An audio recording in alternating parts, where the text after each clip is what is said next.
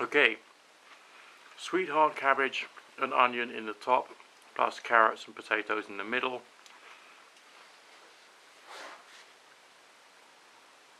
You should be able to hear it simmering.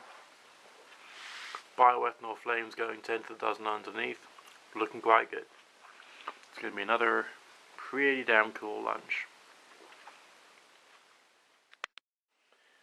Alright, well this is of course Nick back on the Get Me Off Grid video blog, feeling a lot better now, because if you've got a lot of things in front of you to get done, you know everything takes a bit longer. I let it get to myself basically, which is wrong. But once I actually started getting on with stuff, then I started feeling better. I tried to tell myself that, just trying to enjoy it, get on with it basically. Doing the washing over the bathtub, bit bad for the back, that's putting it mildly. I had to carry on stopping, taking a break, and then going back to it. And I also had to stretch, look after the posture.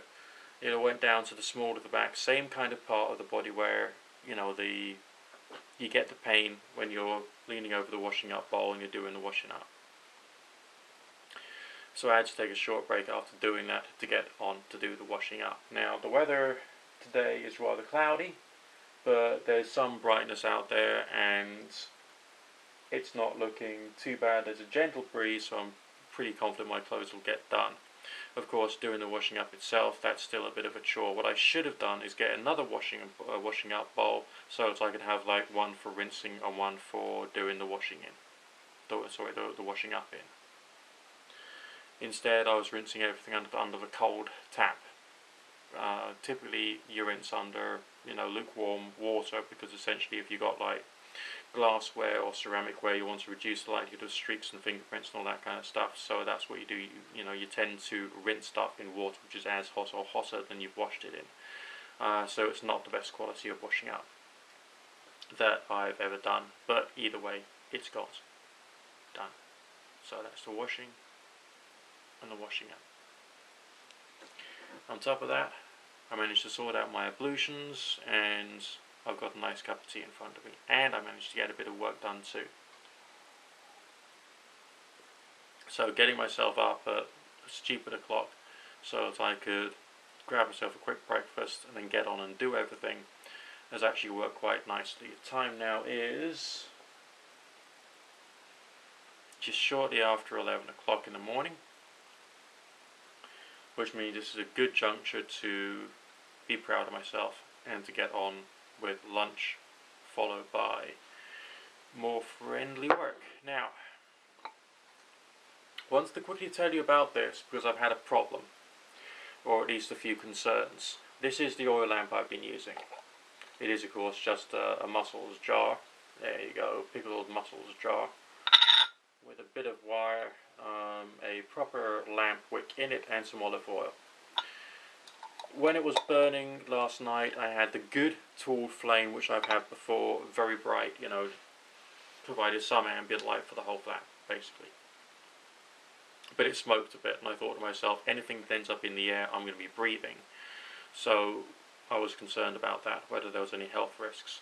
When I blew it out, because I blew it out not pinching it and not snuffing it or dunking the wick into the oil, which is a way in which you can do it if you're using olive oil, sparks went everywhere, and I thought, struth, that's a bit of a fire risk. So what I did was I put the lid back onto the jar upside down in case it, vacuum sucked it into place. And I wasn't doing a canning experiment, so obviously I didn't really want that. And the wick gave off lots of milky white vapours. And they were vapours. As far as I could tell, not smoke. So I thought to myself, that's biodiesel. That's basically biodiesel vapor. Is it safe either from a fire risk point of view or from a lung health, respiratory? Yeah, whatever.